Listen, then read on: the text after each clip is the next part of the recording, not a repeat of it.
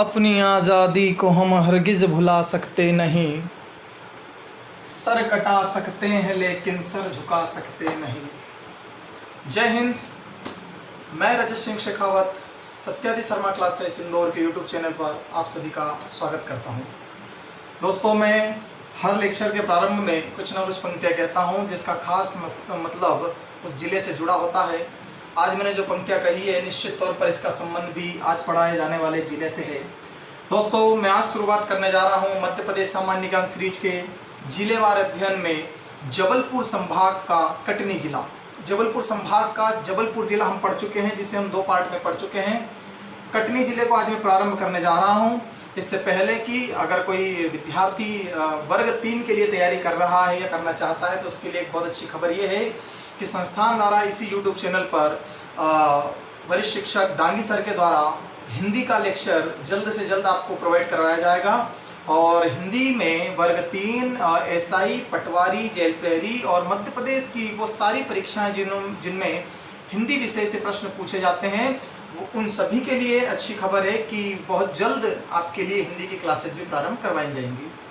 चलिए दोस्तों, अब हम शुरुआत करते हैं आगे और पढ़ना शुरू करते हैं आज हम कटनी जिले के बारे में। दोस्त, मैंने जो बात कही है कि अपनी आज़ादी को हम हरगिज़ भुला सकते नहीं, सर कटा सकते हैं लेकिन सर झुका सकते नहीं। मतलब यह है कि जिस कटनी जिले को मैं प्रारंभ करने जा रहा हूं, पहले तो आप देखिए कि मध्य प्रदेश के नक्शे में, दोस्त मेरे, ये मध्य प्रदेश का नक्शा है। आप बहुत आसानी से समझ सकते हैं कि मध्य प्रदेश का नक्शा है, तो मध्य प्रदेश के नक्शे में कटनी जिले की स्थिति कहाँ पर है? तो कटनी जिले की स्थिति मध्य से और पूर्व की ओर आई है, तो आपको पूर्व की ओर मिलेगी और ये मिलेगी जबलपुर से ऊपर। और ये मध्य प्रदेश का कटनी जिले की मध्य प्रदेश में स्थिति है कि मध्य प्रदेश में किस जगह पर मिलेगा। ध्यान रख रहे हैं ना, यहाँ पर कटनी जिला आपको मध्य प्रदेश में है। कटनी जिला का इतिहास में बताऊंगा, उससे पहले देखिए यहाँ पर लिखा है कैमूर का पठारी क्षेत्र। ये जो पूरा मध्य प्रदेश का नक्शा दिख रहा है, इस पूरे मध्य प्रदेश के नक्शे में ये यहाँ वाला जो क्षेत्र है, इसमें विंध्य श्रेणी गुजरती है और यहाँ पर आकर दमोह के पास में आकर एक समतल सा स्थान आता है और फिर इधर आता है कैमूर का पठारी क्षेत्र और इधर आती है भांडेर की पहाड़ी है यहाँ पर और यहाँ पर कैमूर। तो यही कैमूर वाला जो पहाड़ी क्षेत्र है, पठारी क्षेत्र, यहीं पर है आपका कटनी जिला। और कटनी जिला मध्य प्रदेश में तो यहाँ है, लेकिन कटनी जिले का नक्शा निकाल लो तो ये भारत के नक्शे में एमपी और एमपी से बाहर निकाला और ये है कटनी। समझ में आ रहा है? और फिर कटनी को यहाँ से हमने निकाल कर देखा तो ये कटनी जिला है, जो कुछ इस तरह से इसका नक्शा मैपिंग देख रहे हैं और समझने की कोशिश कीजिए। और ये कटनी जिले के अंदर जो नाम लिखे हुए आपको दिख रहे हैं, ये है कटनी जिले की तहसील। तो बड़ा सुंदर तरीके से आपको समझ में क्लियर आ रहा होगा कि कटनी जिला मध्य प्रदेश में कहाँ और कटनी जिले का खुद का नक्शा कैसा। कटनी जिले में मेरे दोस्त 7 तहसीलें आती है। एक तो है कटनी, विजय राघवगढ़, बरही, बड़वारा और ढिमरखेड़ा, बहोरीबंद और रेठी। अब यहाँ पर आप देख रहे होंगे कि सर आपने एक कटनी लिखा है, उसके साथ में मुंडवारा क्यों लिखा है? तो दोस्त, कहानी शुरू करते हैं यहीं से। कटनी जिले का नाम कटनी पड़ने के कारण अनेक बताए जाते हैं, उसमें से मैं आपको सारे कारण बता देता हूँ जिससे आपको याद करने में थोड़ा आसान रहे और रुचि पैदा हो। कटनी जिले का नाम कहते हैं कटनी नदी के कारण इस जिले का नाम कटनी रखा गया है, एक कारण। दूसरा कारण आप याद रखिएगा, कटनी जिले का नाम मुंडवारा ये लिखा हुआ है, यहां से एक प्रश्न बना लीजिए। कटनी जिले को मुंडवारा कहा जाता था। क्या कहा जाता था? मुंडवारा कहा जाता था। इसके पीछे की कहानी है कि जो विजय राघवगढ़ तहसील दिख रही है, विजय राघवगढ़ तहसील इतिहास की दृष्टि से बड़ी महत्वपूर्ण है। इस विजय राघवगढ़ तहसील में राजा सरयू प्रताप हुआ करते थे। राजा सरयू प्रताप ने अंग्रेजों के खिलाफ चुनौती दी और उनके खिलाफ युद्ध करने का बिगुल बजाया। ये बात देश के लिए स्वतंत्रता की पहली सेनानी क्रांति, जो स्वतंत्रता के लिए 1857 की क्रांति लड़ी जा रही तब की है। और उस समय पर अंग्रेजों के बढ़ते विरोध में इनका एक सेनापति था, वो सेनापति सरदार बहादुर खान जो था, उसने अपने राजा को सुरक्षित बचाते हुए अपनी जान दे दी और अंग्रेजों ने भारतीयों के सिर काटे। सिर को मुंड कहते हैं, मुंड वार दिए। वार दिए मतलब एक गाना चलता है ना, तलवारों पर सर वार दिए। समझ में आ रहा ना? वही वारना मतलब मुंड, मुंड वाटे, मुंड वारा। ये वारा। तो इस कारण से कुछ लोग इससे कहानी जोड़ते हैं कि मुंड वार दिए इसलिए मुंडवारा। तो आज भी कटनी का जो पश्चिम और दक्षिणी क्षेत्र है, कटनी के जो जिला तहसील है ना खुद, उसका जो दक्षिण पश्चिमी क्षेत्र है वो मुंडवारा के नाम से जाना जाता है। तो याद रखिएगा कटनी का प्राचीन नाम मुंडवारा भी है, और क्यों कहा जाता है ये भी मैंने आपको बताया। मेरे दोस्त कटनी जिले के पश्चिम में दमोह जिला आता है। ये देखो यहां से आपको चीजें क्लियर हो रही कौन कौन सा। आपको अगर कटनी नहीं पता है तो कोई हो सकता है कोई स्टूडेंट पन्ना सतना का हो तो उसे आइडिया लग जाए। उत्तर में सतना और पन्ना जिला इसकी सीमा को छूते हैं। इधर देखोगे आप पूर्व में तो उमरिया जिला इसके पूर्व में कटनी को स्पर्श करता है। दक्षिण की ओर देखोगे तो दक्षिण में दो जिले हैं, एक जबलपुर और एक डिंडोरी है। इस साइड पर ढीमरखेड़ा और बड़वारा से लेकर डिंडोरी, और इधर ढीमरखेड़ा और बहोरीबंद तहसील को टच करता है आपका जबलपुर जिला। और ये पूरा नक्शा है किसका? कटनी जिले का। तो कटनी जिले में मेरे दोस्त तहसील है 7। कटनी जिले का प्राचीन नाम है मुंडवारा। कटनी जिले का नाम कटनी नदी के नाम पर भी बताया जाता है। जो मैंने आपको कटनी लिखा है उसको मैं मुंडवारा भी लिखूं तो कोई अतिशयोक्ति नहीं है, कोई गलत नहीं है। मध्य प्रदेश के नक्शे में कटनी की स्थिति यहां पर है। कैमूर का पठारी क्षेत्र है, वहीं पर कटनी जिला है। याद रखिएगा कटनी जिले में चूना पत्थर की अधिकता है। चूना पत्थर अधिक मात्रा में पाया जाता है, अर्थात प्रदेश में सर्वाधिक चूना पत्थर कटनी में मिलता है। जिस तरह से जबलपुर में सर्वाधिक संगमरमर मिलता था उसी तरह से यहाँ चूना पत्थर। इस कारण से याद रखना मेरे मित्र, कटनी को ही चूना नगरी कहते हैं। यह प्रश्न है बहुत साधारण सा सरल सा कि प्रदेश की चूना नगरी किसे कहा जाता है, तो नोट कर लीजिए प्रदेश की चूना नगरी कटनी को कहा जाता है। मुंडवारा किस जिले का पुराना नाम है, तो मुंडवारा कटनी जिले का पुराना नाम है, याद रखेंगे आप। अब इधर देखिए बोलियों की त्रिधारा, ये तो हिंदी में भी काम आ जाएगा। बोलियों की त्रिधारा मतलब कटनी जिला एक ऐसी जगह पर स्थित है जहां पर 3 तरह की मुख्यतः बोलियां बुंदेली, बघेली और गोंडी। इसके पूर्वी क्षेत्र में देखो तो बघेली, ऊपर देखो तो बुंदेली, और नीचे आ जाओ इसके जबलपुर छतरपुर वाले क्षेत्र की ओर बढ़ते चलो तो गोंडी भाषा, गोंडी बोली। तो याद रखिएगा बुंदेली, बघेली और गोंडी ये सब तरह की बोलियां बोले जाने के कारण कटनी जिले को बोलियों की त्रिधारा कहते हैं। मोस्ट एमपी क्वेश्चन है, बोलियों की त्रिधारा किस जिले को कहते हैं? बोलियों की त्रिधारा कटनी जिले को कहते हैं। कटनी को चूना नगरी कहते हैं। कटनी जिले में 7 तहसीलें आती है और कटनी जिले का पुराना नाम मुंडवारा है। और यहाँ का विजय राघवगढ़ जो है ऐतिहासिक दृष्टि से बड़ा महत्वपूर्ण माना जाता है। अब आते हैं मेरे दोस्त इस तरफ, और यहाँ से हम शुरुआत करते हैं कटनी के सामान्य से प्रश्नों की। देखिए कटनी जिले के संदर्भ में क्या क्या महत्वपूर्ण याद रखना है, तो याद रखेंगे सबसे पहले गठन। लिखा नहीं है मैं बोल रहा हूं, आप देखिए दिख रहा है। गठन 25 मई 1998 25 ऑफ मई 1998 को कटनी जिला बना। तो प्रश्न मेरे दोस्त आपसे ये है, आप देख चुके हैं मेरी सीरीज में मैं आपको ये सब पढ़ा चुका हूँ। कटनी जिला किस जिले से अलग होकर बना? उत्तर दीजिए आप, किससे अलग होकर बना? जबलपुर से। कब बना? 25 मई 1998 को बनाया गया। तो 1998 में 2 समिति बनी थी जिला पुनर्गठन के लिए, एक बी.आर. दुबे, एक एम.एस. सिंहदेव। तो आपको उत्तर देना है बी.आर. दुबे की अनुशंसा पर। समझ में आ रहा है? तो बी.आर. दुबे समिति की अनुशंसा पर बनाया गया कौन सा? कटनी जिला 25 मई 1998 को, याद रहेगा। 1998 में कुल 10 जिले बने थे पहले बी.आर. दुबे ने, फिर 1998 में और 6 और बने थे, तो कुल मिलाकर 16। B R. Dube 10, M S. Singhdeo 6। B R. Dube की 10 में से 4 एमपी में, 6 छत्तीसगढ़ में। एम.एस. सिंहदेव की 6 में से 3 एमपी में, 3 छत्तीसगढ़ में। तो बी.आर. दुबे की 10 जिलों जो बनाए थे उस 10 में से जो 4 एमपी में आए उसमें से एक यह भी था, कौन सा? कटनी, जबलपुर से बना था। अब देखिए कि जो कटनी है यहाँ का लिंगानुपात क्या है। लिंगानुपात में पिछले लेक्चर में समझा चुका हूँ और हर जिले का पढ़ना है। लिंगानुपात मतलब सेक्स रेशो। यदि किसी जिले में 1000 पुरुष अर्थात 1000 लड़के जन्म लेते हैं तो लड़कियां कितनी जन्म लेती है? तो प्रति 1000 पुरुष पर लिंगानुपात चेक किया जाता है। प्रति 1000 पुरुष 1000 अगर लड़के जन्म लेते हैं बच्चे, तो 952 बच्चियां जन्म लेती है प्रति 1000 पुरुष पर। यह लिंगानुपात है कटनी जिले का। इधर देखिए 71.98%। 71.98% यहाँ की साक्षरता दर है। क्या है? साक्षरता दर। यहाँ के लोग कितने प्रतिशत शिक्षित है? तो कुल साक्षरता दर।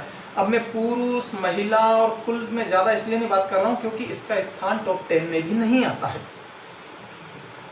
इसे मध्य प्रदेश का बारदोली कहते हैं। देखिए मेरे भाई, इतिहास से संबंधित प्रश्न है। कटनी जिले को मध्य प्रदेश का बारदोली कहा जाता है। बारदोली क्यों कहते हैं? याद करो, बारदोली सत्याग्रह, गांधी जी, सरदार पटेल साहब, बारदोली की महिलाओं ने सरदार पटेल साहब को उपाधि दी थी, याद आ रहा है?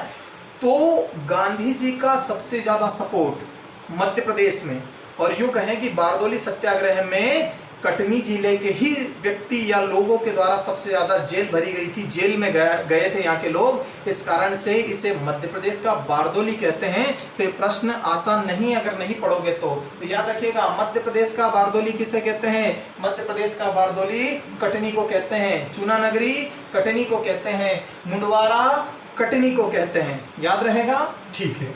अब इधर देखिए, अब कितने बढ़िया बढ़िया प्रश्न है।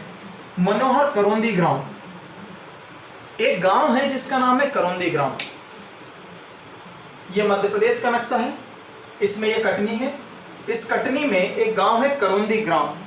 उस करौंदी ग्राम को अविभाजित भारत, अविभाजित भारत मतलब कि अगर भारत पूरा था, मतलब कि ये भारत का नक्शा है पूरा जो आप देख रहे हैं, उस पूरे भारत के नक्शे में जब भारत, ये भारत का नक्शा है और इस भारत के इस साइड पर पाकिस्तान और इस साइड पर बांग्लादेश, समझ में आ रहा है कि नहीं आ रहा है? ये सारे एक थे जब अलग नहीं हुए थे, विभाजन नहीं हुआ था, म्यांमार था, तब उस पूरे भारत का, अविभाजित भारत का अगर कोई केंद्र बिंदु था तो वो मानते हैं, ऐसा मानते हैं, वो था कौन सा? करौंदी ग्राम कटनी में। तो जिले से प्रश्न आता है कि अविभाजित भारत का केंद्र बिंदु किस जिले को माना जाता है? तो उत्तर होगा कटनी जिला, चूना नगरी। सर्वाधिक रेलवे जंक्शन वाला जिला, ध्यान से सुनना वरना गलती करोगे फिर मास्टर को आप दोषी ठहराओगे। सबसे बड़ा रेलवे जंक्शन नहीं बोला मैंने, बेशक इटारसी और आप सही हो। सर्वाधिक रेलवे जंक्शन वाला जिला, अरे भैया कटनी जिले में सर्वाधिक रेलवे जंक्शन है, सबसे बड़ा रेलवे जंक्शन नहीं बोला मैंने, वो इटारसी है। सर्वाधिक रेलवे जंक्शन वाला जिला, नोट करते जाइए फिर से। कटनी जो है सर्वाधिक रेलवे जंक्शन वाला जिला है, सर्वाधिक रेलवे जंक्शन वाला जिला। दूसरी चीज देखिएगा इसमें, सर्वाधिक आय देने वाला जंक्शन। हिंदुस्तान के यदि टॉप 10 रेलवे जंक्शन की सूची बनाई जाए तो उन 10 रेलवे जंक्शन की, टॉप 10 रेलवे जंक्शन की सूची में कटनी रेलवे जंक्शन का नाम आएगा, जो रेलवे की तरफ से सबसे ज्यादा आय प्रोवाइड कराता है। वो है कौन सा? Katni railway junction. सर्वाधिक व्यस्त railway junction, Katni railway junction एक ऐसा रेलवे जंक्शन है जहां से आपको हिंदुस्तान में बहुत सारे स्थानों पर जाने के लिए आसानी से सुविधा के तौर पर रेल उपलब्ध हो जाती है। तो सर्वाधिक आय देने वाला रेलवे जंक्शन, सबसे ज्यादा रेलवे जंक्शन वाला जिला, सर्वाधिक व्यस्त रेलवे जंक्शन और प्रदेश का सबसे बड़ा रेलवे यार्ड, और यहीं पर है डीजल लोकोमोटिव सेट। दोनों चीज को ध्यान से समझना बारीकी से। प्रदेश का सबसे बड़ा रेलवे यार्ड, कोई बच्चा अगर ये नहीं समझ पा रहा सर रेलवे यार्ड, तो भाई मेरे रेलवे यार्ड, रेल जो चलती है जंक्शन पटरी पर या फिर प्लेटफॉर्म के साइड में, उसके अलावा प्लेटफॉर्म के अलावा एक जगह पड़ी रहती खाली सी पटरियां जिन पर रेल आवागमन नहीं करती है, जब उनका समय नहीं होता तब फ्री टाइम में खड़ी रहती है। और उस फ्री टाइम में जब रेल खड़ी रहती है तो रेल की मरम्मत होती है, नट बोल्ट कसाते हैं, डब्बे निकाले जाते हैं, पानी की टंकियां भरी जाती है, साफ सफाई की जाती है। तो वो जो फ्री टाइम में रेल को खड़ी करके और उसकी जो मरम्मत का कार्य चलता है ना, वो रेलवे यार्ड कहलाता है। तो मध्य प्रदेश में सबसे ज़्यादा इस तरह की जगह रेल के लिए रेलवे यार्ड, और सबसे बड़ा रेलवे यार्ड कटनी में। एक चीज़ क्लियर हुई? Diesel locomotive set, locomotive set का मतलब मेरे भाई डीजल इंजन कारखाना। समझ में आ रहा है कि नहीं आ रहा? उसका सबसे बड़ा सेट भी आपको कहाँ पर मिलेगा? कटनी में मिलेगा। सबसे बड़ा रेलवे यार्ड मतलब फ्री टाइम में गाड़ियों को खड़े होने की जगह भी कटनी में है। सबसे व्यस्त रेलवे जंक्शन वाला, सबसे आय देने वाला जंक्शन कहाँ पर मिलेगा? कटनी में। ये रेलवे के संबंध में आप कटनी से याद रखिएगा। बिल्हारी के पान, दादा आप याद रखिएगा, पान बिल्हारी के पान, कटनी जिला, कटनी जिले में बिल्हारी के पान बड़े प्रसिद्ध है और इसकी प्रसिद्धि का कारण आज से नहीं है, इसकी प्रसिद्धि का कारण कई सालों पहले से है। अकबर के राजदरबार में आपने नाम सुना होगा अबुल फजल, जिसने लिखी आईने अकबरी। अबुल फजल ने जो आईने अकबरी लिखी है, उस आईने अकबरी में अबुल फजल ने बिल्हारी के पान का उल्लेख भी किया है। समझ में आ रहा है? बिल्हारी के पान का उल्लेख अबुल फजल ने आईने अकबरी में किया है। तो पूछा जा सकता है कि बिल्हारी के पान बड़े प्रसिद्ध है, तो ये किस जिले की प्रसिद्धि का कारण है? तो ये कटनी जिले की। अब इधर देखिएगा आप, न्यूनतम कृषि जोत वाला जिला, यहाँ पर एक नाम सजेस्ट कर रहा हूँ आपको, न्यूनतम कृषि जोत वाला जिला कटनी, साथ ही साथ लिख लो नीमच। हालांकि नीमच जिले में मैं पढ़ाऊंगा, लेकिन मैं यहाँ से दो चीजें एक साथ है तो बता रहा हूँ। न्यूनतम कृषि जोत वाला जिला, अब न्यूनतम कृषि जोत को अगर कोई हिंदी में नहीं समझ पा रहा है तो उसे कहते हैं मिनिमम एग्रीकल्चर होल्डिंग। जब कृषि की गणना करनी होती कृषि क्षेत्र की, तो उसके लिए एग्रीकल्चर होल्डिंग अर्थात कृषि जोत आवश्यक हो जाता है। कृषि जोत क्या होता है? तो ध्यान से सुनना, कृषि जोत एक ऐसा सतही क्षेत्र होता है, ध्यान से सुनिएगा, कृषि जोत एक ऐसा सतही क्षेत्र होता है जो वहां की उत्पादन और वहां की जनसंख्या से अधिक सीमा पर हो, से अधिक सीमा पर हो। मतलब यह है कि कोई ऐसा जिला जहां का सतही क्षेत्र 1 हेक्टेयर औसतन जमीन से कम उपज का कार्य करता है। मतलब कि मान के चलो मैं देवास से हूं और देवास की जनसंख्या, और यहाँ देवास की जनसंख्या को मिलना चाहिए जितना खाद्य पदार्थ, उसकी पूर्ति इस देवास की जमीन पर उगाई जाने वाली कृषि क्षेत्र से नहीं हो पाती है। तो इसका मतलब ये है कि यहाँ पर पड़ने वाले भार और यहाँ के क्षेत्र के आधार पर यहाँ पर कृषि का जो क्षेत्र है, सतही क्षेत्र है, वो कम है। तो इस तरह से जो न्यूनतम कृषि जोत में है, 2 जिले आते हैं, कटनी और नीमच। तो ये मैं पढ़ा रहा हूँ कटनी, इसलिए न्यूनतम कृषि जोत वाला जिला कटनी और नीमच। पर मेरे दोस्त, सर्वाधिक कृषि जोत वाला जिला होगा हरदा। हरदा में पढ़ाऊंगा, पर इसको यहाँ पर एक साथ बता दूंगा तो वहां आसानी होगी। समझ में आ रहा है कि नहीं आ रहा है? ठीक है। देखो भाई, मेरे 2019 का करंट अफेयर शामिल किया है मैंने इसमें। मैं कोई मौका नहीं छोड़ता हूँ करंट में घटी किसी घटना को शामिल करने में। यहाँ पर देखो बहुत अच्छे से दिखेगा, ये एक मंदिर बना हुआ है। समझ में आ रहा है? ये मंदिर बना हुआ है। तो मंदिर से मैंने क्या बताया आपको, एक इमेज बनेगी। इमेज क्या बनेगी? एक मंदिर है और इस मंदिर की सीढ़ी उतर कर जा रही है, और सीढ़ी से आप उतर गए तो पहुंच गए कहां पर? शिव के धाम पर। या यूं कहो, सीढ़ी चढ़कर जाओगे मंदिर में तो कहां पहुंच गए? शिव के धाम। क्यों? क्योंकि आपने बहुत प्रश्न सुने, बड़े मजे आए आपको पढ़ने में कि उत्तर प्रदेश में योगी जी ने फलाने नगर का नाम बदल दिया, प्रयागराज कर दिया है, तो कोई हनुमंतगढ़ कर दिया है।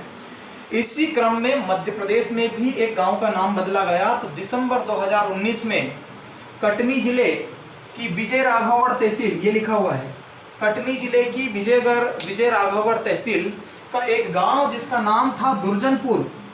और भाई दुहजन, बुरा है जो जन, अर्थात ऐसे लोगों का, पुर का मतलब होता है गांव, जन मतलब होता है लोग, दू मतलब होते हैं बुरे लोगों का गांव। जब लोगों को समझ में आया कि नाम अच्छा है नहीं, इसे बदलना चाहिए, अपील की गई, गृह मंत्रालय ने सुना और उनके कहने पर इस दुर्जनपुर गांव का नाम बदलकर शिवधाम कर दिया। तो प्रश्न अगर बने कि वर्ष 2019 में किस जिले का एक गांव शिवधाम नाम में बदला गया, तो कटनी जिला, विजय राघवगढ़ तहसील, और गांव का नाम था दुर्जनपुर, अब हो गया शिवधाम, जिला होगा कटनी, वर्ष है 2019। ठीक है मेरे भाई। अब इधर देखिए आप, नदियों की अगर बात करते हैं तो नदियां यहाँ पर बड़ी महत्वपूर्ण है। उसका एक कारण सुनिएगा, केन नदी सबसे महत्वपूर्ण नदी है। केन केन नदी रीठी तहसील से निकलती है। इधर आ रहा हूं मैं, इधर देखिए, ये देखिए, ये मध्य प्रदेश, ये कटनी की रीठी तहसील, और इस रीठी तहसील से निकलती है केन नदी। और 2 चीज पूछी जाती है, केन नदी कैमूर के पठारी क्षेत्र में कटनी जिले की रीठी तहसील से निकलती है और ये उत्तर की ओर बहती है। और जब ये यहाँ से निकलकर उत्तर की ओर बहना प्रारंभ करती है तो ये पन्ना जिले से निकलती है। और पन्ना जिले में जो नेशनल पार्क है, पन्ना नेशनल पार्क, उस पन्ना नेशनल पार्क की जीवन रेखा कहलाती है कौन सी नदी? केन नदी। हालांकि पन्ना जिले में मैं जब पढ़ाऊंगा तब इसे और पढ़ाऊंगा, आप यहाँ भी ध्यान रखें। केन नदी निकलती है रीठी तहसील से। तो प्रश्न कभी पूछते हैं ना कि यमुना नदी की सहायक नदी है या गंगा की है, तो याद रखिएगा केन नदी यमुना नदी की सहायक नदी है। 427 किलोमीटर बहकर ये उत्तर प्रदेश के बांदा के समीप जाकर यमुना नदी से मिल जाती है। केन नदी उत्तर में बहती है, कटनी से निकलती है, 427 किलोमीटर इसकी लंबाई है और पन्ना नेशनल पार्क से गुजरती है। मुंडवारा, याद रखना मैंने मुंडवारा जानबूझ के लिखा है क्योंकि मैंने क्या कहा था, कटनी नदी के नाम पर कटनी नाम रखा है, तो कटनी नाम आ जाए या मुंडवारा नदी तो कभी भी विचलित नहीं होना, मुंडवारा नदी कटनी नदी का ही नाम है, याद रहेगा। उमदार नदी, कौन सी नदी? उमदार नदी महत्वपूर्ण नदी है, आपको याद रखना होगा। और एक याद रखिएगा, छोटी महानदी, छोटी महानदी, क्योंकि एक महानदी आपने देखा है ये मध्य प्रदेश में, ये बगल में लगता है छत्तीसगढ़, और इस छत्तीसगढ़ वाले क्षेत्र में महानदी बहती है, समझ में आ रहा है। जो महानदी बेसिन था, जब मध्य प्रदेश और छत्तीसगढ़ का विभाजन हुआ था तब दो ऐसे क्षेत्र थे, भौगोलिक क्षेत्र, जो छत्तीसगढ़ को चले गए। मालवा, जैसे हमारे पास मालवा का पठार बचा, हमारे पास विंध्य प्रदेश बचा, बुंदेलखंड बचा, बघेलखंड बचा, सतपुड़ा पहाड़ी क्षेत्र बचा, मध्य भारत का पठार बचा।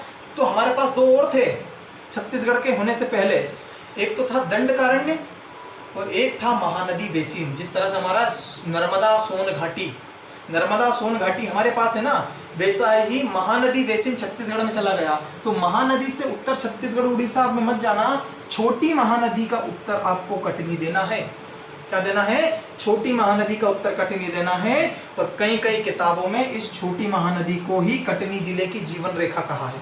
समझ में आया? छोटी महानदी को ही कटनी जिले की जीवन रेखा कहा जाता है। ठीक है, अब यहाँ पर देखिएगा, खनिज की बात करते हैं। खनिज में क्या है? तो भाई साहब चूना पत्थर, चूना नगरी होने के कारण चूना पत्थर में अग्रणी स्थान है। और चूना पत्थर सर्वाधिक कहाँ पर होता है? सर्वाधिक चूना पत्थर मिलेगा आपको कटनी जिले में। यहाँ पर लिखा हुआ है संगमरमर। क्या लिखा हुआ भाई? संगमरमर। बेशक जबलपुर में नंबर 1 पर होता है, लेकिन यहाँ पर भी संगमरमर पाया जाता है। पर यहाँ की एक खासियत रखिएगा, जिस तरह से यहाँ पर प्रसिद्ध है बिल्हारी के पान। कौन से? बिल्हारी के पान। उसी तरह से अगर कभी पूछे आपसे कि स्लिमनाबाद का संगमरमर कहाँ से मिलता है, तो उत्तर होगा कटनी। जिस तरह से पूछा जाता है नहीं कि मकराना की खदान किसके लिए प्रसिद्ध है, तो संगमरमर ताजमहल में लगाया गया संगमरमर राजस्थान की मकराना खदान से लाया गया था। ठीक उसी तरह से प्रसिद्धि का कारण है यहाँ पर स्लिमनाबाद का संगमरमर। फिर से सुनना मेरे दोस्त, संगमरमर, स्लिमनाबाद का संगमरमर, ये कहाँ से मिलेगा? कटनी से। बॉक्साइट, प्रिय मित्र, बॉक्साइट का उत्पादन मध्य प्रदेश में पहली बार कटनी में ही हुआ था। याद करो, मैंने जबलपुर पढ़ाया था, तब मैंने आपको क्या पढ़ाया था कि मैग्नीज जो होता है बालाघाट में सबसे ज्यादा होता है, लेकिन पहली बार कहां पर मिला था? तो जबलपुर में। मैं ठीक वही बता रहा हूं कि बॉक्साइट भी पहली बार 1908 में, 1908 सबसे पहले 1908 में, आपको याद रखना है, ढीमरखेड़ा तहसील, कटनी जिले की ढीमरखेड़ा तहसील में 1908 में सबसे पहले बॉक्साइट खोजा गया। मध्य प्रदेश में बॉक्साइट का पहला उत्पादन ढीमरखेड़ा में किया गया। फायर क्ले, फायर क्ले भी यहाँ पर मिलती। दोस्त मेरे, फायर क्ले क्या होता है? तो हम कह सकते हैं एक इस तरह की मिट्टी होती है जो अग्निरोधी, अर्थात अत्यधिक ताप पर जलाए जाने पर भी वह मिट्टी अपना रंग रूप आकार नहीं बदलती और अत्यधिक ताप को सहन करती है, वह फायर क्ले मिट्टी कहलाती है। समझ में आ रहा है? मृतिका। लौह अयस्क और डोलोमाइट, ये दो खनिज भी कटनी में प्रमुखता से पाए जाते हैं, लेकिन चूना पत्थर, संगमरमर, बॉक्साइट और फायर क्ले ये और ज्यादा अधिक मात्रा में पाए जाते हैं। दोस्त मेरे, उम्मीद है कि ये आपको बहुत क्लियर दिख रहा होगा। इसका मैं दूसरा पार्ट आपको इसके आगे समझाने वाला हूं। आप 2 सेकंड के लिए आप इसका स्क्रीनशॉट ले लीजिए। ठीक है, स्क्रीनशॉट ले लीजिए, इससे अगला पार्ट देखते हैं। फिर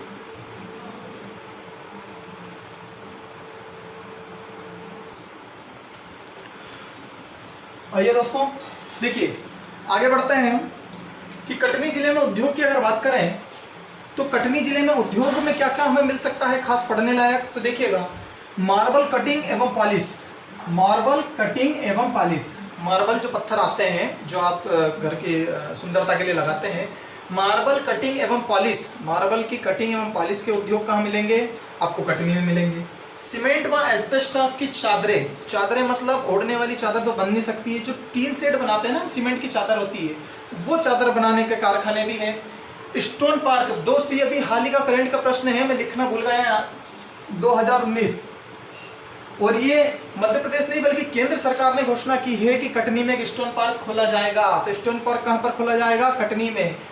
very IMP question, Madhya Pradesh की पहली सफल सीमेंट फैक्ट्री, मध्य प्रदेश की पहली सफल सीमेंट फैक्ट्री ये होगी भाई 1923 में खोली गई कैमूर सीमेंट कंपनी, और कैमूर सीमेंट फैक्ट्री याद रखिएगा ACC associated cement cement company के द्वारा खोली गई। नाम था कैमूर सीमेंट कंपनी, क्योंकि क्षेत्र देखो मेरे भाई कौन सा आएगा, इस कारण से प्रदेश की पहली सफल cement company factory Kaimur cement factory 1923 Katni में एसीसी सीमेंट द्वारा, एसोसिएटेड सीमेंट कंपनी। लेकिन इससे एक साल पहले 1922 में मुरैना में असफल, ये सफल है तो इससे पहले एक प्रयास हम एक साल पहले मुरैना में कर चुके थे। तो प्रदेश की पहली फैक्ट्री सीमेंट मुरैना, पहली सीमेंट फैक्ट्री मुरैना, किंतु असफल। पहली सफल तो उत्तर कटनी, राइट। देखिए कमला जान का संबंध कटनी से है, और क्यों लिखवा रहा हूं, व्यक्तित्व में एकमात्र चेहरा मेरे सामने आया है जो बहुत खास है और देखना चाहिए। कमला जान देश की पहली किन्नर महापौर। यदि आप कह रहे हैं कि सर शबनम मोशी, तो मेरे दोस्त सुधार कर लेना, मैं और पढ़ाऊंगा। शबनम मोशी देव जो है ना वो पहली किन्नर विधायक थी, ये महापौर है। ये कौन है? महापौर है, जो कि नगर निगम होता है, नगर निगम के जो सबसे मेन बॉस होता है। पहली किन्नर महापौर, ना कि विधायक। विधायक होगा तो उत्तर शबनम मोशी होगा, लेकिन किन्नर महापौर होगा तो उत्तर कमला जान होगा। 2000 में बनी थी ये, और वर्ष 2019 में, नवंबर 2019 में इनका निधन हो गया है, इसलिए खास हो जाती है पूछने के लिए। पत्रिकाएं, sub inspector 2019, Madhya Pradesh sub inspector 2019 के सभी पेपर में एक दिन की एक शिफ्ट का एकमात्र पेपर आपको मिलेगा, जिसमें आपसे पत्रिका नहीं पूछी, बाकी सब पेपर में पत्रिका पूछिए। मतलब कि 2 नंबर आपको घर बैठे मिल रहे हैं अगर आप हर महीने की हर जिले की पत्रिका मुझसे पढ़ते हैं। देखिएगा ऋण सबसे ज्यादा महत्वपूर्ण है, डबल स्टार बना देता हूं।